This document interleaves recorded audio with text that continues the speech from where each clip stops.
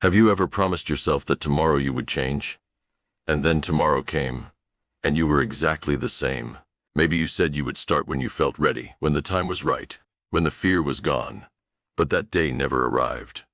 And slowly, the person you wanted to become started to feel like a stranger. If you know that feeling, stay with me, because this story is about you. In a quiet village beneath the mountains, there lived a young man named Haru. Haru had dreams. He wanted to be strong. He wanted to be respected. He wanted a life he could be proud of. But every morning, when it was time to work, he found a reason to wait. "I am too tired today," he would say. "I will begin tomorrow." Tomorrow became next week. Next week became next season, and Haru stayed exactly where he was.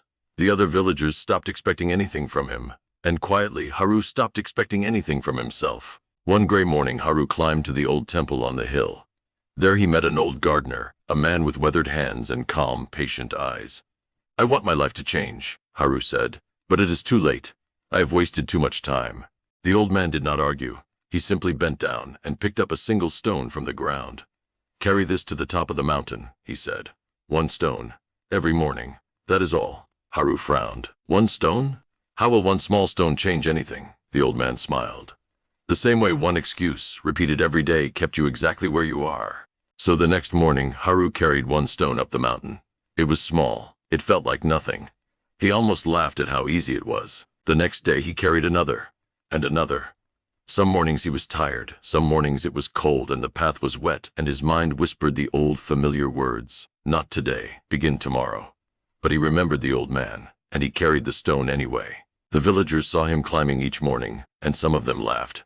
"One little stone," they said. "What a foolish way to spend your time." Haru said nothing. He did not argue, and he did not stop, because he was beginning to understand something. He was no longer carrying the stone to build the mountain. He was carrying it to build himself. The days became weeks, the weeks became months, and slowly, without any single dramatic moment, Haru began to change. His back grew straighter, his hands grew stronger, his mind grew quiet and steady. The man who once needed a reason to begin no longer needed one. He simply climbed. And one morning he looked back down the mountain and saw a tall pile of stones, each one a morning he had chosen not to quit. Seasons later, the village barely recognized him.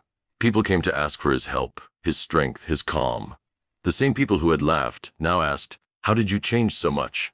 Haru smiled and looked up at the mountain. "I did not change all at once," he said. "I changed one stone at a time." My friend, this story is not about a stone. It is about you. The life you want is not waiting on the other side of one giant leap. It is waiting on the other side of one small action, repeated when no one is watching, especially on the days you do not feel like it. You do not need to carry the whole mountain today. You only need to carry one stone, so pick it up. Begin today, not tomorrow. Today.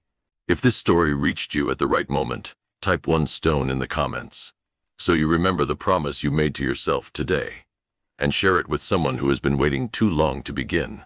Stay patient, stay grateful, and keep moving forward.